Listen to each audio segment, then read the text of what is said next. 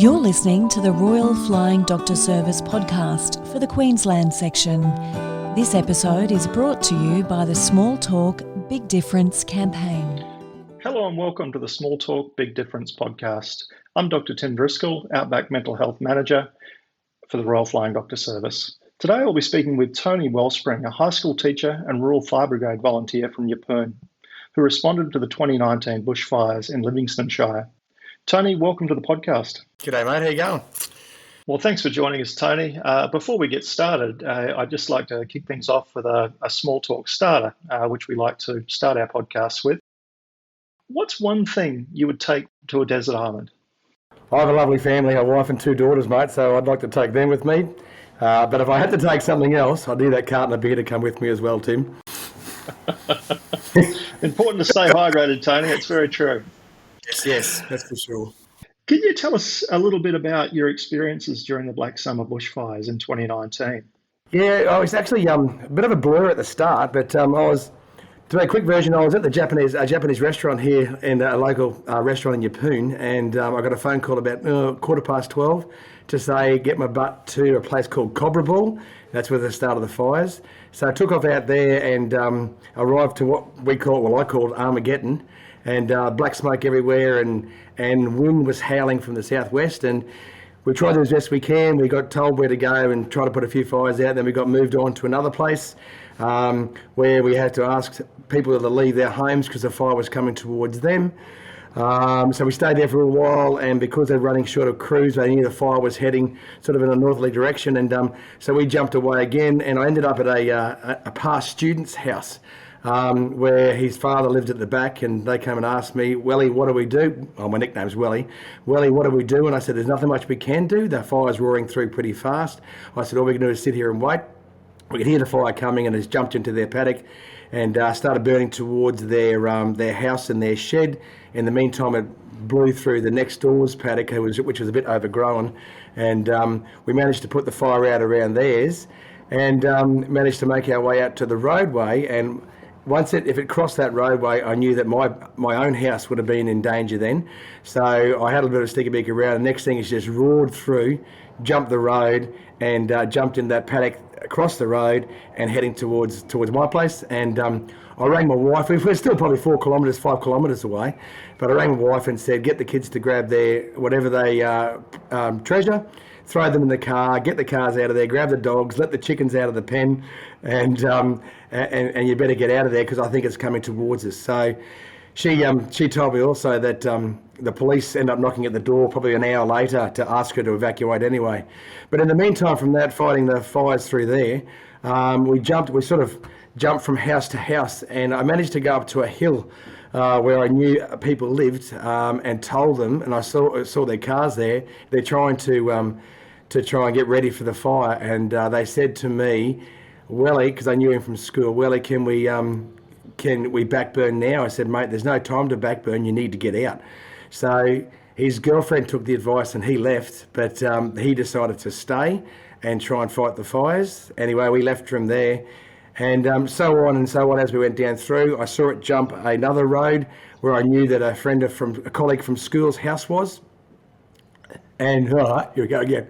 And I thought, gosh, I hope they're out of the house. I know they had plenty of warning beforehand, so I'm assuming they would have been out, and they were, which was good. But their house got burnt to the ground relatively quickly. So then we bunny hopped through and went to some more properties, and I drove down a road to where another Rural Fire Brigade member obviously left and went back to protect his house. And we couldn't get into his driveway because the flames were surrounding his house. And that's when I thought that see, this gets me every time, mate. Him and his wife and his mum and dad lived there also. And I thought, oh, Christ, they're ready. I hope they're okay. I couldn't communicate with them, but there's nothing that we could do. So we had to make the decision to move on to the next house, which was pretty hard for us. Moved on to the next house, and a lady was there with her baby. And all she was concerned about, the dear lady, was about her cows and how they're going to survive. And I did mention to her that cows will find higher ground and they'll find places where they can go, etc. So she was fine. She grabbed the baby and she left. And by that time, we managed to get back to where, because it was a dead-end road sort of thing where the cars were backed up, being protected, back to where my rural fire partner was. And we managed to get in there. And as I drove in, all I saw was a massive grin on his face, because it was only him there. His parents had already got out in a big red truck beforehand. And then we managed to stay there for the next hour, dousing his roof, and managed to save his house, but not his sheds. But and that was just the start of things as well. We eventually kept on going through, bunny hopping through. By this stage, the whole thing flashed through. It would have been about 10 o'clock, 11 o'clock at night. I drove back down towards the bottom of where my place was, and I saw the fire raging up towards our house. And I couldn't see the house at all, but I saw the fires raging up that way. And I said to myself, if I go up there, I might be less helpful. I might end up hurting myself, as in like getting burnt myself. So I rang my wife and my kids and said, hey, listen, you're safe, we're safe, I'm safe. I'm not going to go up to the house. I think by the time I come back in the morning, the house is going to probably be gone.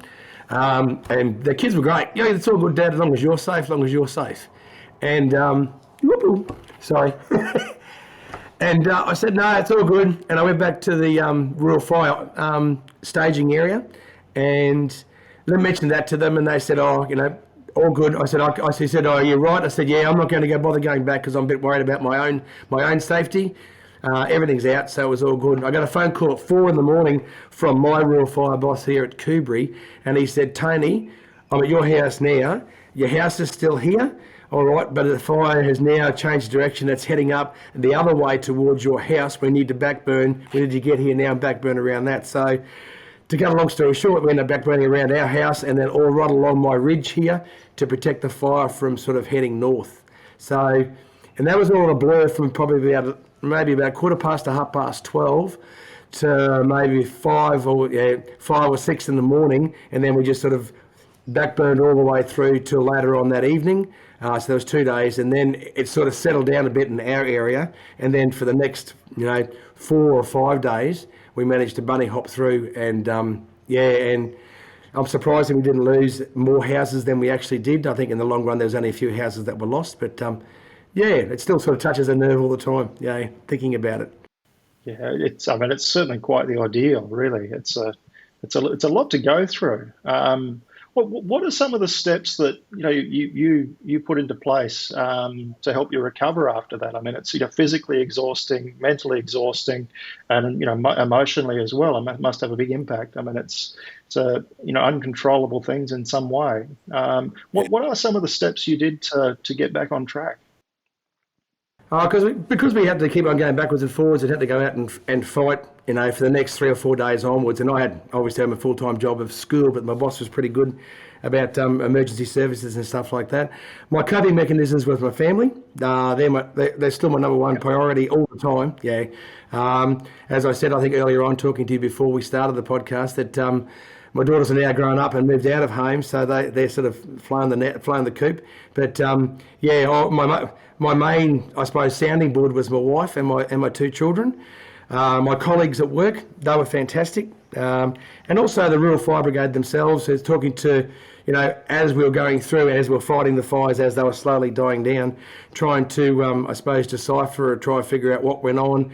And what we actually managed to save, I suppose, was the saving grace in the back of my mind that, that no lives were lost. A couple of properties lost, but just having sounding boards from families, fellow colleagues at work, and the Rural Fire Brigade in general, mate.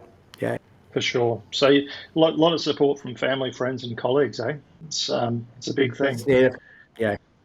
And a lot of you have been through the same event together as with the Rural Fire Brigade. That's correct. Yes. I mean, my partner in my car was a lady who thought that her house was under fire as well, under attack as well. So whilst we were trying to stop other fires, we managed to drop her around because they have show dogs and stuff like that. So they wanted to be prepared for those. So we dropped her off, and there's just myself and another colleague from another brigade that were together. So yeah. Is there anything that you'd say to someone going through, a similar day to what you've been through, that what would any sort of advice you'd give them in terms of recovering from going through something like that? Oh, being blokey blokes, I mean, we're shocking. Men are terrible, I think, majority of the time, admitting that they that they are probably suffering a little bit or hurting a little bit. But talk. Hey, my wife talked me into a few things, and she made sure I was, if I had to get help at any way, that she was fine. But just talking to them and talking to my daughters. But yeah, just talk to someone, anyone. Doesn't really matter who it is.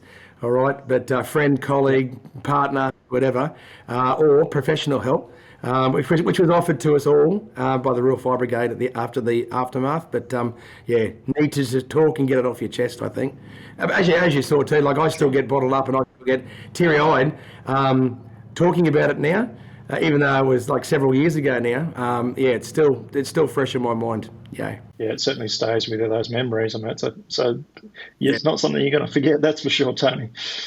No way. Now, this wasn't your first natural disaster either, was it? You'd also been through a fairly significant cyclone in Cyclone Martial.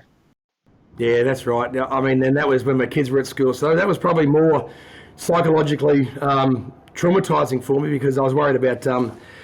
My daughter was in grade 11 or grade 12, I think, at the stage, and we lost the roof of a quarter of our roof off our house. The windows smashed. We went in the house, which was good. We decided to get out because we heard a Category 5 was coming towards us. Because I live in paradise. I live on top of a hill. I can see the islands. I can see the ocean. I can see the mountain ranges and stuff like that. And I sort of knew that if something big was going to come, it was going to hurt the house. So we decided to move to a friend's house in town.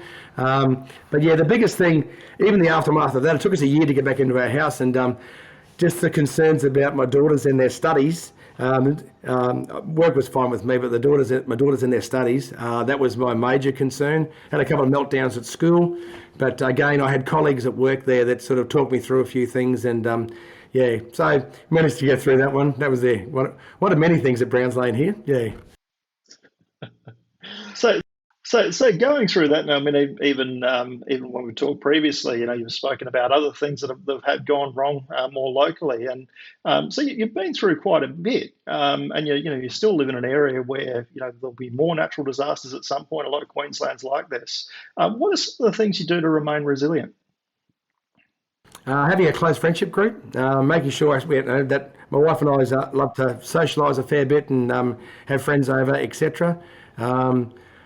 I really enjoy the company of the kids at school too, like especially back in the bushfires as well. I mean, I had a Year 12 care class, or I was in charge of the Year 12 group, and a lot of them and a lot of their parents also approached me at school and to see how I was going and things like that. So the contact of the community, as I said, as well as my close family and friends, was really the sort of things that bring you through. Do you have any advice for anyone who might be experiencing some mental health challenges, especially in the aftermath of a natural disaster? Have you got any advice that you might have seen help other people around you or in the community that's been particularly helpful? Yeah, just talk to people. Talk to someone. Don't keep it to your chest. Yep. Someone told me I should have probably received some professional help, but in talking to someone after that, they said as long as you are speaking to somebody about it and not keeping it bottled inside you, which most blokes do, all right? Just having someone to talk to and listen to you, yeah. Is there anything more generally that you think people would benefit from knowing? I mean, you've been through, a couple of decent-sized natural disasters here, and the fire was quite the ordeal.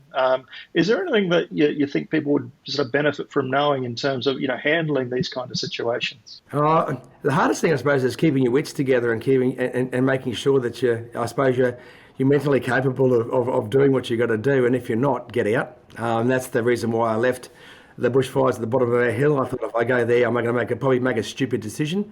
But just listen to your gut instinct, and then follow a sensible path. I suppose. Yeah.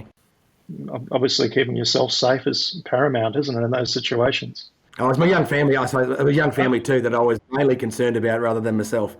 I didn't want them to have, if the worst come to worst and something did happen. That would be terrible for them. So yeah. Yeah, for sure. Yeah, it's obviously not just yourself in the line here, is it? There's a lot of other people that depend on you. That's for sure. That's right. Yeah. Well, thank you, Tony, for your time today. I'm sure that many will benefit from hearing your story. And certainly, I hope people that have tuned in today will also go onto the website and have a look at smalltalkbigdifference.com.au to get some further information.